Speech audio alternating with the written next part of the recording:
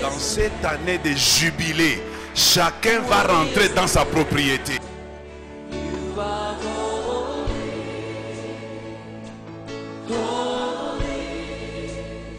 Toi aussi, tu retourneras dans ta maison. Personne ne t'empêchera de retourner dans ta maison. Vous êtes là, Marc chapitre 16, verset 7.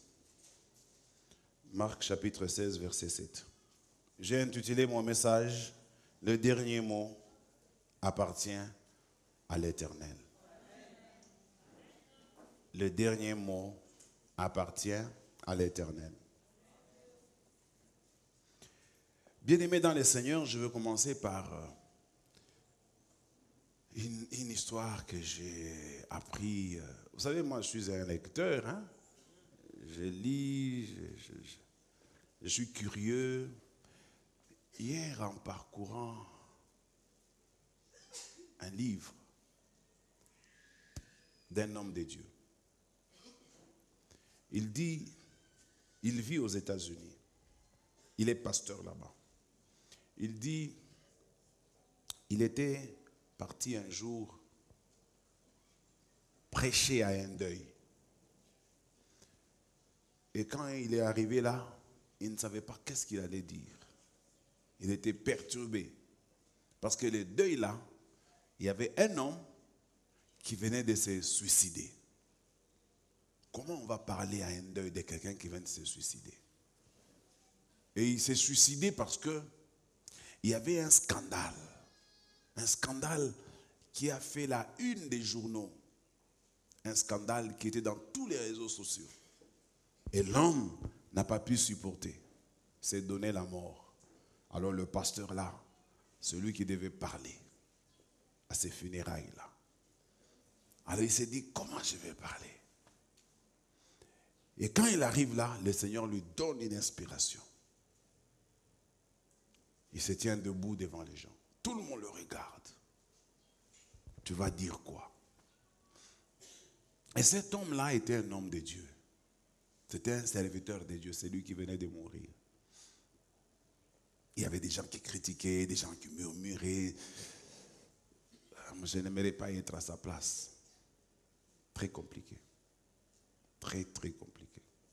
Tu vas prêcher comment? Il arrive là, il dit, ce n'est pas facile quand vous savez que votre vie a été exposée en public, dans les réseaux sociaux, à la une des journaux. Votre vie, la vie la plus cachée, que tout le monde parmi nous a une partie de sa vie qui n'aimerait pas. Un jour que l'on puisse publier cela dans les réseaux sociaux et qu'on puisse mettre cela à la une des journaux. Tout le monde a cette partie-là. Nous paraissons être ce que nous voulons ou ce que nous présentons aux gens, mais nous avons toujours chacun de nous une partie de notre vie que nous gardons toujours secret. Qu'allez-vous faire si, par exemple, la partie que vous gardez secrète, là, était publiée dans les réseaux sociaux? Qu'allez-vous faire? À la une des journaux. On en parle même à la télé. Demain, allez-vous sortir de votre maison? Comment allez-vous vous sentir? Quand il a dit ces paroles-là, toute l'assemblée se reconnut. Et il a continué à prêcher en disant, ce n'est donc pas facile. C'est facile de condamner cet homme. Mais ce n'est pas facile de vivre ce que lui, il a vécu. Plusieurs, dans la même circonstance, agiraient comme lui. Et là, vous savez, quand la famille du défunt est tout autour de vous et vous commencez le message comme ça, déjà vous le consolez un peu. Ils comprennent que vous comprenez ce qui est arrivé. Bien-aimé, vous connaissez Pierre. C'était un homme tout le temps à côté de Jésus et tout le temps posant des questions tout le temps donnant la réponse le premier, et tout le temps celui qui nous a fait révéler beaucoup de choses par ses interventions. N'est-ce pas? Cet homme, un jour, Jésus dit, le Fils de l'homme doit aller à Jérusalem où il sera crucifié. Pierre dit, ne plaise à Dieu, cela ne t'arrivera pas. Jésus dit, quand on frappera le berger, les brebis seront dispersées. Même toi, Pierre, vous allez me renier. Bientôt, il y en a même qui vont me sacrifier à coup d'argent. Pierre dit, j'irai avec toi. Où tu mourras, je mourrai avec toi. Et c'était lui qui était devenu carrément le chef de ce groupe. À qui même Jésus avait dit, je te donne les clés du royaume. Cet homme, quand Jésus fut arrêté, il se retrouve dans la suite, mais de manière cachée. Et une femme va constater que Pierre avait beaucoup de ressemblances avec le Christ. Cette femme va s'approcher de lui. Dis, toi aussi, tu étais avec l'un d'eux. Pierre dit, non, non, non, non, je ne le connais pas. Les gens te suivront quand ils savent qu'ils peuvent gagner quelque chose de toi. Mais les gens t'abandonneront quand ils savent qu'en te noyant, ils peuvent noyer avec toi. Il n'y a personne qui peut t'accepter même dans le pire. Même en termes de couple, il y a des moments dans le couple où ça devient difficile à supporter. Pierre renie Jésus pour la première fois. Une seconde fois, un serviteur du temple qui le voit et qui dit, non, non, non, lui aussi il était parmi nous. Non, non, non, non, moi jamais. Il commence même à nier avec des imprécations. C'est-à-dire que c'est tapant la poitrine et en jurant qu'il n'a jamais connu Jésus. Et à la troisième fois, le coq chanta, Jésus se tourna vers Pierre. Les yeux de Jésus et les yeux de Pierre se rencontrèrent. Pierre sentit une culpabilité. Vous savez, dans la vie, mes amis, quand vous apprenez que vos ennemis sont en train de vous mettre à plat, vos ennemis sont en train de vous battre, de vous exterminer, vous avez besoin de savoir que certaines personnes sont en train de vous soutenir. Surtout ceux-là que vous avez estimés être vos amis. On a toujours besoin des amis dans des moments comme ça. Mais quand on vous apprend que même ceux-là que vous croyez être vos amis ne sont pas avec vous, ils sont aussi en train de vous incriminer, ça fait plus mal que la douleur que vous causent vos ennemis. Parce que si mon ennemi me cause de la douleur, je comprends, c'est un ennemi, il ne m'aime pas. Je ne l'ai jamais aimé aussi. Mais quand un ami me fait ça, ça fait doublement mal. Pierre a renié Jésus dans des moments comme celui-là. Pierre a renié Jésus. Et quand le coq a chanté, Pierre a eu très mal. Il est parti en pleurant. Il ne s'est pas reconnu. Qu'est-ce qui m'arrive? Pourquoi j'ai renié le Seigneur? Non, Pierre, tu as renié le Seigneur parce que ce n'était pas facile.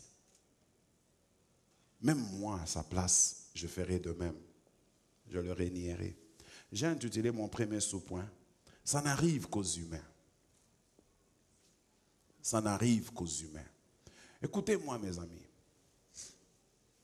Il y a des choses, quand vous le voyez chez l'autre, sachez que ça peut vous arriver aussi.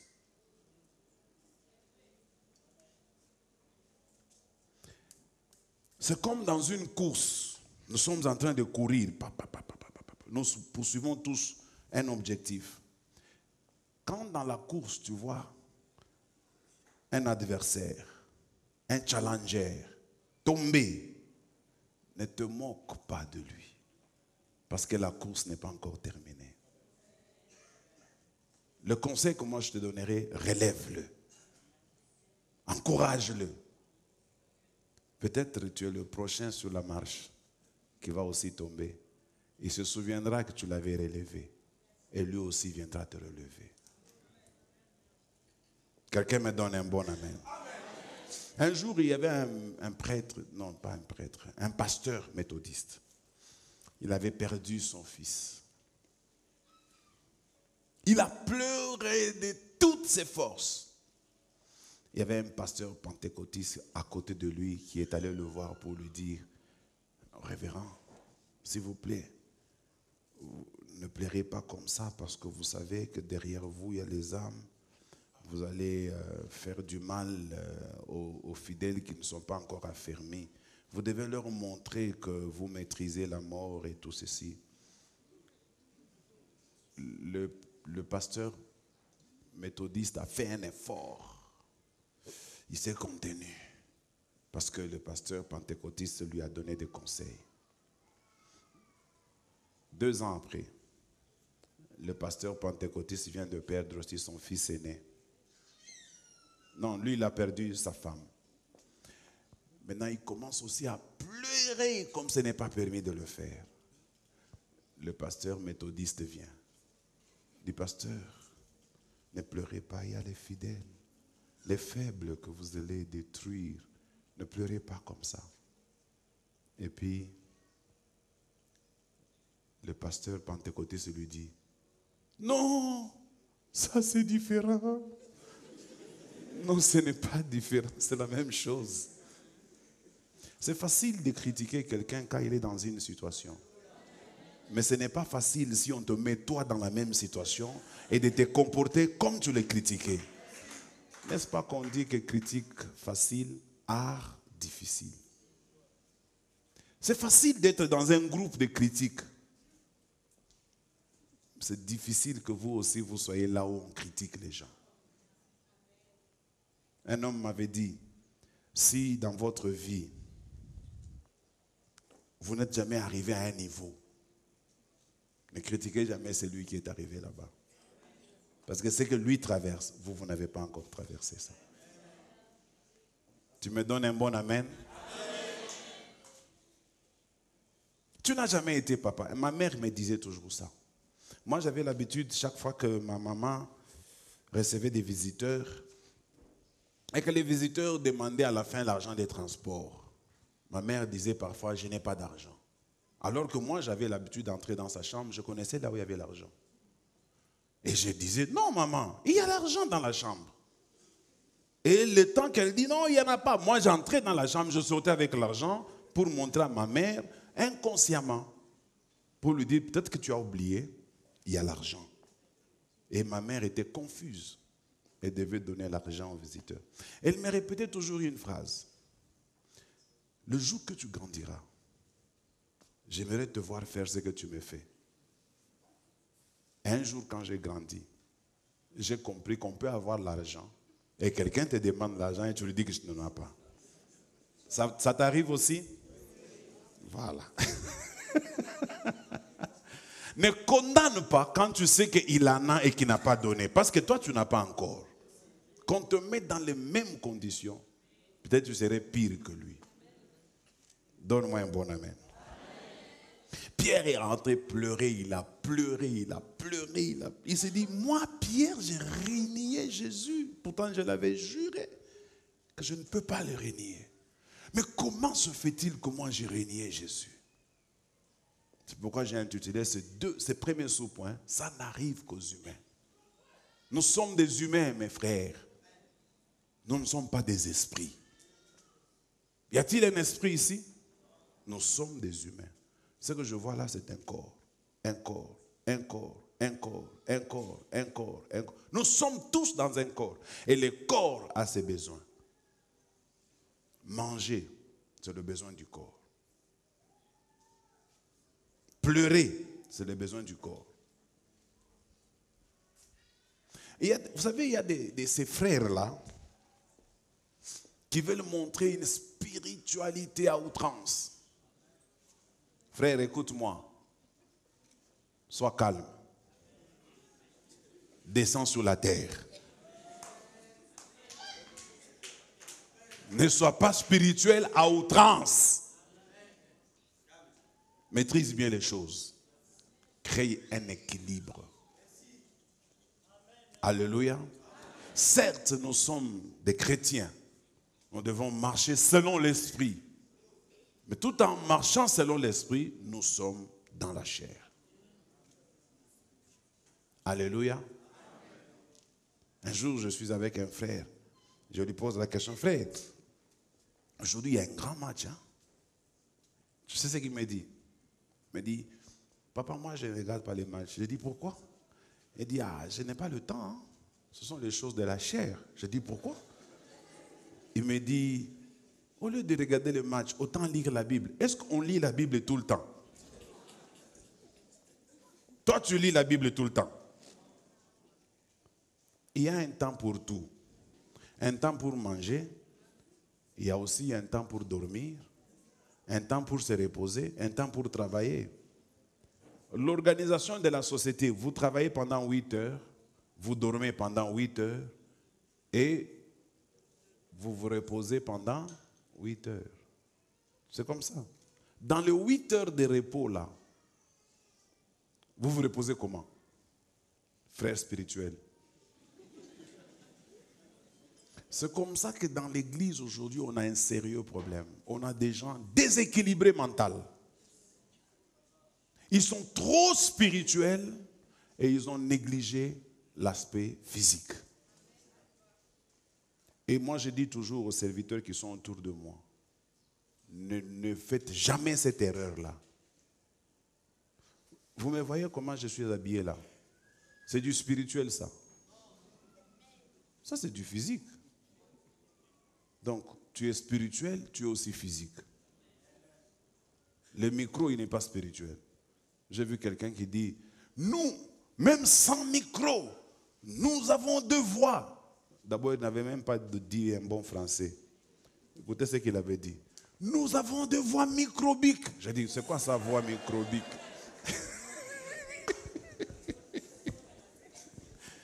Donc, voix microbique.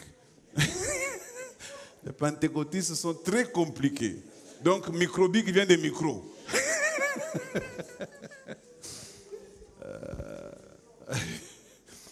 Frère, dans une assemblée de 4000 personnes, tu auras toujours besoin de la voix microbique.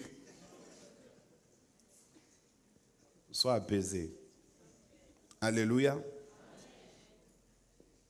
Un homme m'avait dit un jour, il dit, pasteur, quand vous prêchez, il faut prêcher en criant avec autorité. Je dis pourquoi? Il dit, ça reflète l'onction. Moi, je dis non, c'est pas ça l'onction. J'ai lu la Bible, je l'ai relis de fond en comble. Je n'ai pas vu où Jésus criait en parlant. Il montait à la montagne, il parlait. Il allait sur la barque, il parlait. Alléluia. Les gens ont besoin d'écouter quelqu'un qui leur parle comme un homme parle à un homme. Ce n'est pas le fait de crier. D'ailleurs, en criant là, parfois nous disons des choses incohérentes. J'ai déjà vu quelqu'un qui crie. Yesu ni Bwana. Atekulinda. Jusque là, ça va. Et puis qu'est-ce qu'il dit après? Atekupeula. J'ai dit quoi? C'est quoi Peula? Non, dites-moi, vous connaissez que Peula, c'est quoi? Mais dans les bruits là, ça passe quand même. Quand il est Atekupeula, waouh, les gens ont dit, c'est quoi ça, Peula? Vous savez, dans le bruit là, même n'importe quoi peut passer. Mais quand tu baisses la voix, même le point et les virgules sont bien suivis par les gens. Alléluia. Gloire au Seigneur. Je dis encore, ça n'arrive qu'aux humains. Mon frère, aujourd'hui tu n'as pas du travail. Ne te crois pas plus spirituel que celui qui en a déjà. Un jour, un frère me dit, papa, j'étais chez un frère là, sa femme l'a accusé qui n'a pas suffisamment de temps de prière, n'a pas une vie de prière. Je dis, frère, celui que tu accuses de ne pas avoir une vie de prière, il travaille à la mine. Toi, tu as déjà travaillé à la mine. Le travail à la mine, moi-même, je travaille à la mine.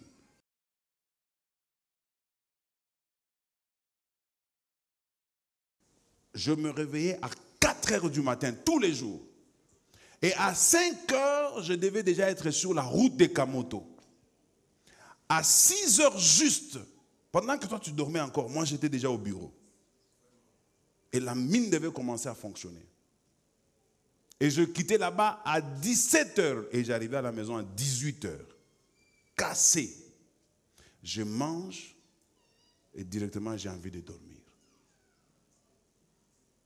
Alors ne me compare pas avec un jeune homme célibataire, vivant dans la maison de son père.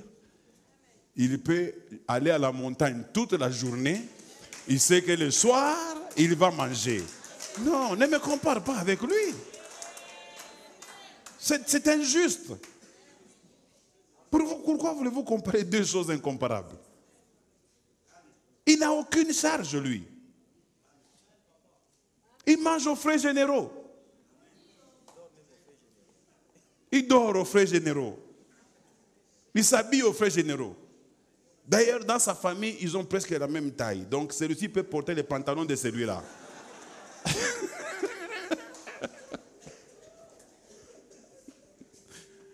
Gloire au Seigneur. Quand vous voyez un homme de Dieu avec une charge, il travaille dans une société, et vous le voyez aussi fort dans les choses de Dieu, glorifiez le Seigneur.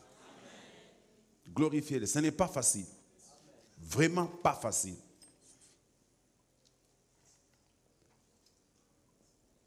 Vous voyez, une femme, tant qu'elle n'a pas encore mis au monde un enfant, elle ne connaîtra jamais ce que les femmes qui ont des enfants connaissent. C'est comme ça que j'ai vu les jeunes sœurs, quand elles sont à l'église célibataire, elles sont très concentrées dans l'œuvre de Dieu, même dans le prestime ici. J'en ai l'expérience. Vous voyez, la plupart des enfants que vous voyez là, ce sont des célibataires, en majorité. Il y a peut-être 2 ou 3 qui sont mariés. 2 ou 3. Pourquoi? Parce que dès qu'ils se marient, vous allez... Ne traitez pas les personnes mariées de la même manière que les jeunes filles ici, qui n'ont pas de charge. Quand une personne mariée n'est pas venue toute la semaine à la répétition, mais elle vient une seule fois, comprenez, vous n'êtes pas encore marié. Le jour que vous le serez, vous comprendrez certaines choses. Non, toi tu n'es pas venu le mardi, tu n'es pas venu le jeudi, tu n'es pas venu le samedi, tu ne chantes pas. Papa, Tourizana. Tourizana.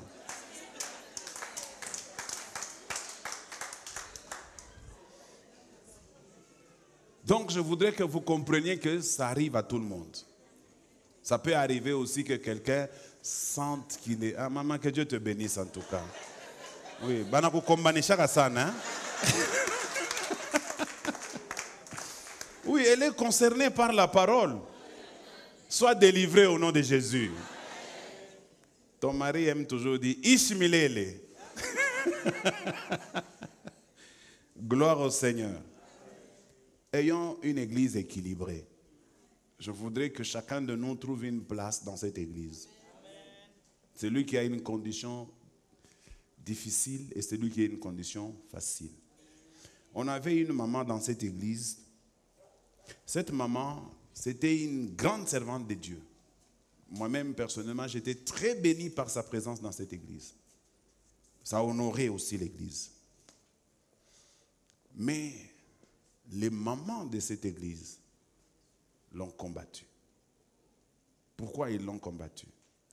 Simplement parce que dans sa vie passée, il avait eu des problèmes et elle était venue dans cette église pour se réfugier. Mais nous l'avons très maltraitée. L'église est un lieu de refuge. Quand quelqu'un a un problème, laissez-le aller à l'église. s'il ne se confie pas en Dieu, en qui voulez-vous qu'il se confie?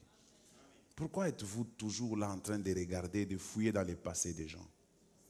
Chacun a un passé. Chacun a un passé. Un jour, cette femme me dit, elle était à Djambo. J'ai besoin d'un couple au hasard, un homme et une femme. Je vous dis ce qu'elle m'a dit. Rapidement, même si vous n'êtes pas couple, venez quand même. Voilà, ça c'est un vrai couple. Hein? Ok. Passez dans nos bisous.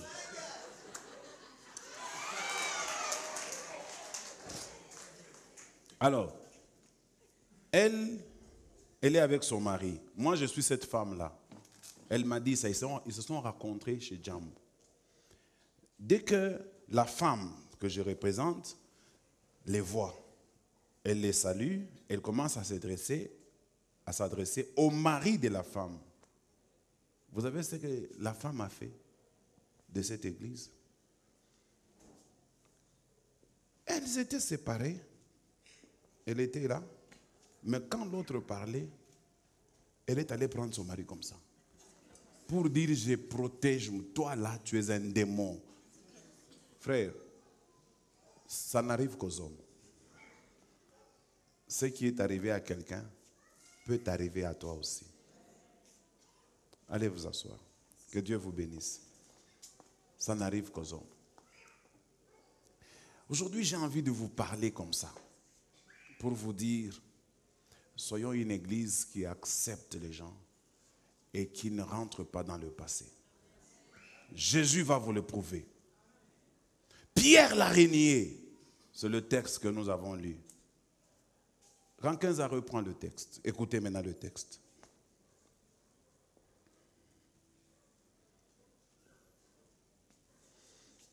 Marc chapitre...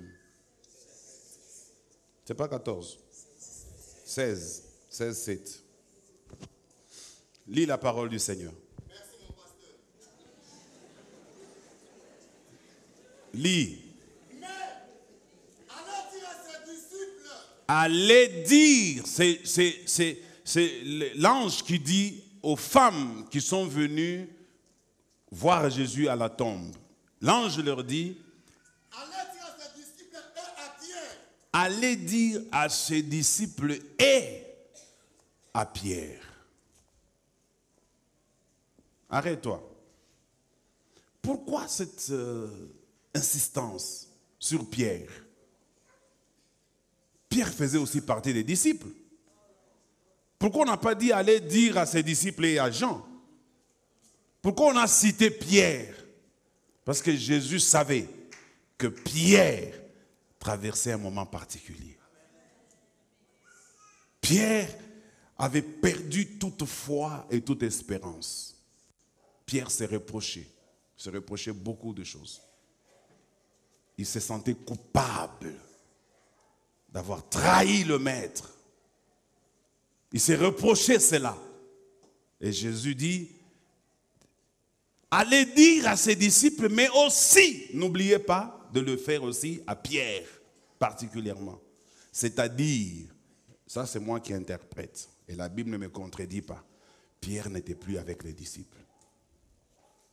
C'est-à-dire, les disciples étaient quelque part, et Pierre ne se sentait plus digne de rester au milieu des disciples. Vous savez, il y a de ces condamnations qui pèsent tellement que ça vous rend indigne par vous-même. Il y a deux types de sentiments dans la vie des gens. Vous avez commis un acte que vous regrettez, et puis cet acte est connu de tout le monde. C'est le cas de Pierre. Il reconnaît qu'il a commis un acte audible, insupportable. Et tout le monde est au courant. Matthieu sait, Jean sait, Philippe sait, Barthélemy sait. Tous, ils savent que Pierre a renié le maître. Vous savez, quand un péché trouve quelqu'un qui n'est pas très célèbre, ça ne fait pas de problème. Mais quand ça tombe sur quelqu'un qui est célèbre, ça fait la une. Pierre, Mukana, Pierre. Ah, Pierre. Pierre ni mwenye kumkimbia Yesu. Ça, beaucoup de gens en parlaient. Peut-être même que chez lui à la maison, sa femme venant du marché, elle lui a dit, Pierre, nous sommes comme moi, tu ne parles pas que les membres. Maman, abarien, mon copain, papa Pierre est bien.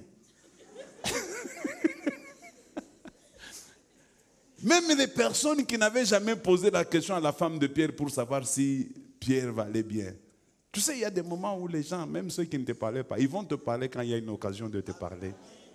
Mon deuxième sous-point, et je termine. Dans 5 minutes, je termine. Les divins dans l'humain. C'est ça le deuxième point, les divins dans l'humain. Les divins dans l'humain. Pierre retiré de la troupe. Pierre écarté de tous les autres disciples. Pierre culpabilisé. Je disais qu'il y a des gens dont leur péché est connu de tous et eux-mêmes continuent à souffrir. Parfois, nous pensons que nous sommes exemptés. Nous ne sommes pas exemptés. Un homme m'avait dit ceci. Quand tu pointes le doigt sur quelqu'un, il y a 4 doigts qui te pointent aussi. Tu pointes le doigt, 4 doigts te pointent. Celui-ci et les 3.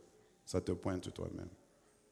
Et la Bible dit, comment vois-tu la paille qui se trouve dans l'œil de ton prochain et tu veux même te mettre à enlever cette paille alors que dans le tien, il y a une poutre.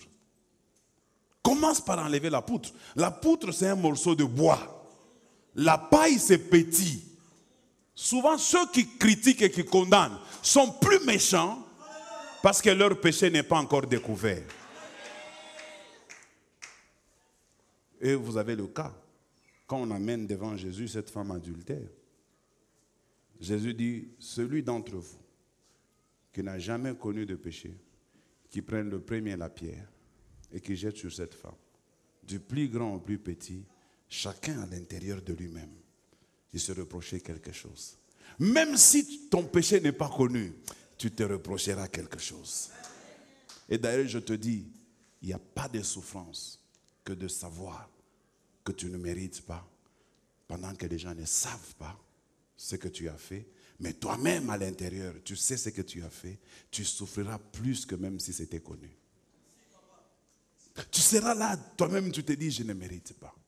Même si on te dit, voici un grand homme de Dieu, mais toi-même, au fond de toi, tu sais, non, vous vous trompez, je ne le suis pas.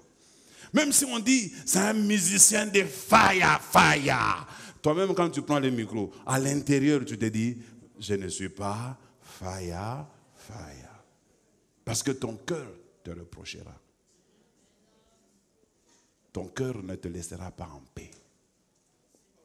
Et tu souffriras plus que celui dont le péché est connu. Parce que pour lui, il est comme déjà culpabilisé et condamné, jugé, et le dossier est classé. Mais pour toi, c'est encore vif. Ça te fera souffrir. Donne-moi un bon amen. Que Dieu te délivre ce matin au nom de Jésus-Christ.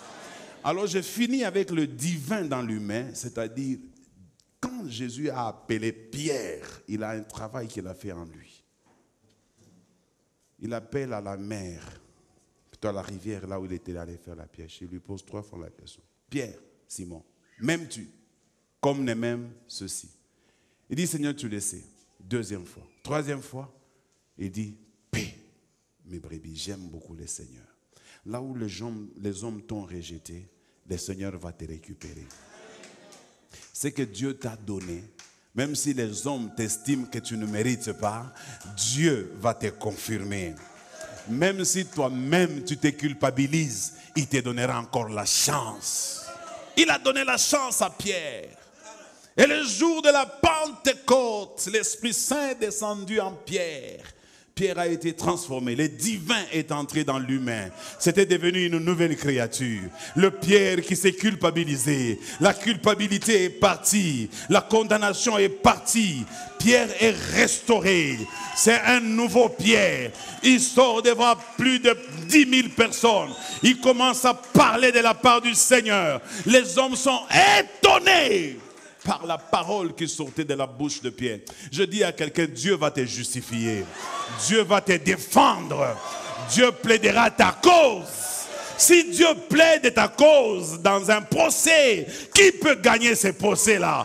Oh, j'aime que Dieu soit mon avocat. J'aime que Dieu soit mon rédempteur. J'aime que Dieu soit de mon côté.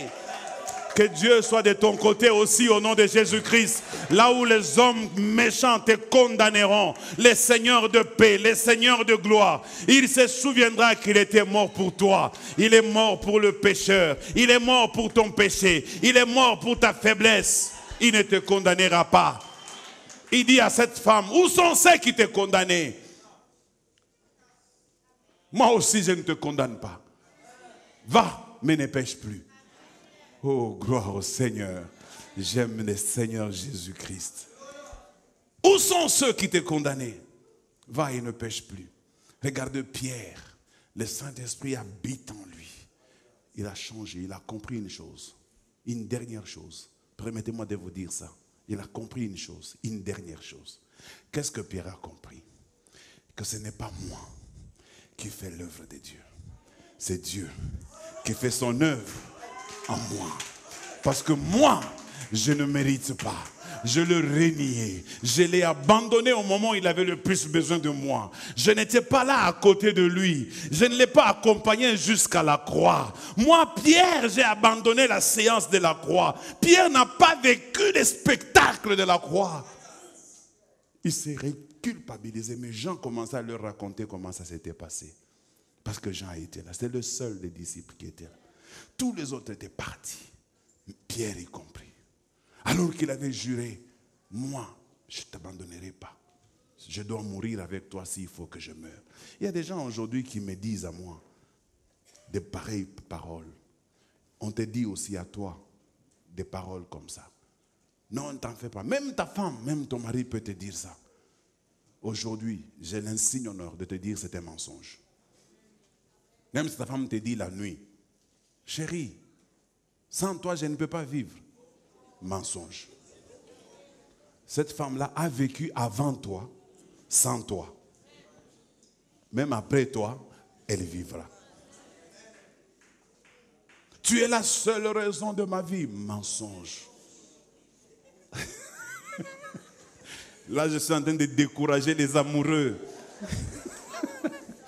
Je vais vous dépouiller de toutes les paroles avec lesquelles vous séduisez les gens. Tu es l'élu de mon cœur. Tu as conquis mon cœur. Mensonge. Plusieurs ont conquis le même cœur là.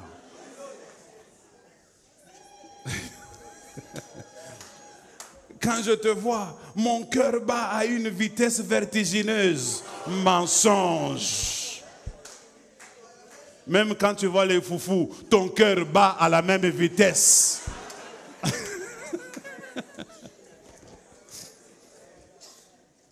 Vous connaissez l'histoire de l'amour du poulet? L'amour du poulet. Pierre va changer de langage. Deux choses et je termine. Le jour de la Pentecôte, les gens viennent autour de lui. Hommes, frères, que devons-nous faire? Le langage de Pierre a changé, il a compris. Ce n'est pas nous. C'est celui que vous avez crucifié. La deuxième fois avec Jean, ils ont guéri un paralytique de naissance. Un boiteux. Il dit, je n'ai ni or, ni argent. Mais ce que j'ai, je te le donne. Au nom de Jésus de Nazareth, lève-toi et marche. Il le prend comme ça à la main et l'homme se tient debout. Et l'homme le suit dans le temple. Quand ils entrent dans le temple, les yeux de tout le monde est braqué sur Pierre. Pierre dit, vous nous regardez pourquoi? C'est comme si par nous là, quelque chose peut se produire. Pierre a compris que ce n'est ni par sa force, ni par sa volonté, ni par sa puissance, mais ça par la volonté de celui qui habite en nous. Frère, faisons la différence entre le vase dans lequel Dieu place les trésors et les trésors. Vous confondez parfois les trésors et le vase. Vous prenez le vase pour le trésor et les trésors pour le vase. Je ne suis qu'un vase, mais le trésor qui est à moi est venu de Dieu. Le vase peut avoir des défauts, mais le trésor n'a pas de défauts.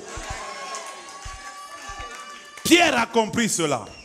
Oh oui, maman ne m'tumishi wa Dieu, kabwabwa hivi. Kabwabwa, c'est dans le vase. Mais ce qu'il y a en lui vient de la part de Dieu. Non, oui, frère moyen, oui, bongo, bongo, c'est la chair. La chair a ses faiblesses. Mais ce qui est de Dieu se trouve en lui. Reconnaissons ce qu'il y a de Dieu en lui. Et nous en bénéficierons. Arrêtez d'être des hypocrites. Arrêtez d'être... La Bible dit tous ont péché et sont privés de la gloire de Dieu. Si un homme dit qu'il n'a point connu de péché, il fait Dieu menteur. Alléluia. C'est Dieu habitant en nous qui nous donne la victoire sur le mal, sur le péché et sur toutes les puissances de l'ennemi. Je termine, voici ma conclusion.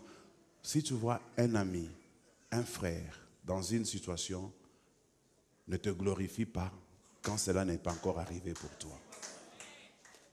Ne t'en moque pas. Aie compassion. Deuxièmement, tout peut arriver à tout le monde. Toi aussi, tu fais partie du monde. Enfin, je termine en vous disant, la Bible dit, pour tout celui qui vit, il y a de l'espérance. Un chien vivant vaut mieux.